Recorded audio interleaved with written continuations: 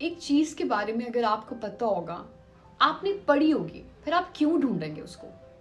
اگر آپ ڈھونڈیں گے تو اور اس میں غلطی کریں گے تو آف کورس آپ ہی کا قصور ہوگا۔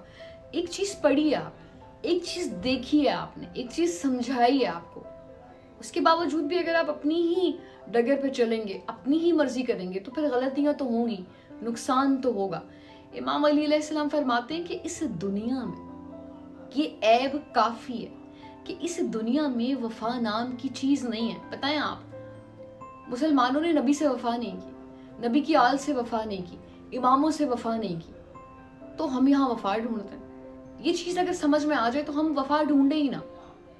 ہر بندے کا ایک کانسیپٹ ہے کہ مجھے وفا کے بدلے میں وفا چاہیے، وہ تو ہم نے سودے بازی کر لی۔ آپ دیکھیں کہ نبی پاک صلی اللہ علیہ وسلم کو کمی نہیں تھی، وہ رب کا کلام کرتے تھے، رب کی باتیں بتاتے تھے دنیا میں، ان کو کس بات کی کمی تھی؟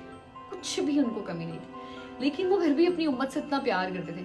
وہ وفا کے بدلے میں وفا نہیں چاہتے تھے، لیکن وہ محبت دیتے تھے، وہ اپنی وفا بانٹتے تھے۔ وہ تو کبھی نہیں چاہتے تھے کہ ان کو بھی وفا ملے، وہ تو پھر بھی مسلمانوں کا ہی بھلا چاہتے تھے۔